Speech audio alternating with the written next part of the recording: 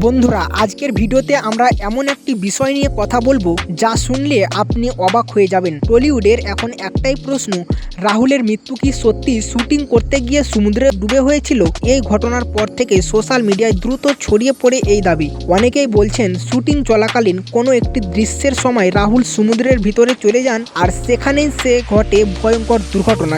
কিছু পোস্টে এমনও দাবি করা হচ্ছে সেই সময় নিরাপত্তা ব্যবস্থা ঠিক মতো ছিল না আর সেই কারণেই নাকি এই বিপদ ঘটেছে। কিন্তু এখানে আসল প্রশ্ন, তো এই তথ্যগুলি কতটা সত্যি? কারণ এখনো পর্যন্ত কোনো অফিসিয়াল রিপোর্ট বা নিশ্চিত সূত্র থেকে স্পষ্টভাবে বলা হয়নি যে শুটিং করতে গিয়ে সমুদ্রে ডুবে তার মৃত্যু হয়েছে। তাহলে এমন কথা এত দ্রুত ছড়াচ্ছে কেন?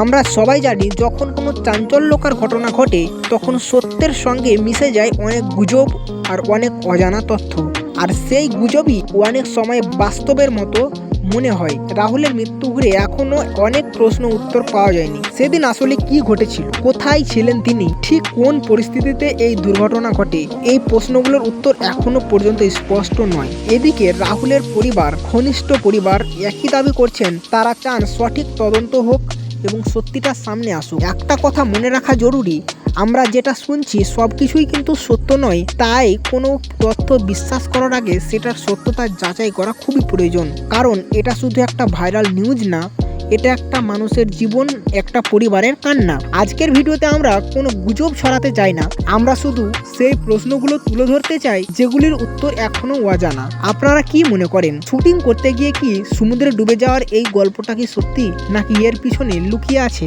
অন্য কোনো বাস্তবতা? আপনার মতামত কমেন্টে অবশ্যই জানাতে ভুলবেন না। আর ভিডিওটি ভালো লাগলে লাইক দিন, শেয়ার করুন আর সাবস্ক্রাইব করে পাশে থাকুন। ধন্যবাদ।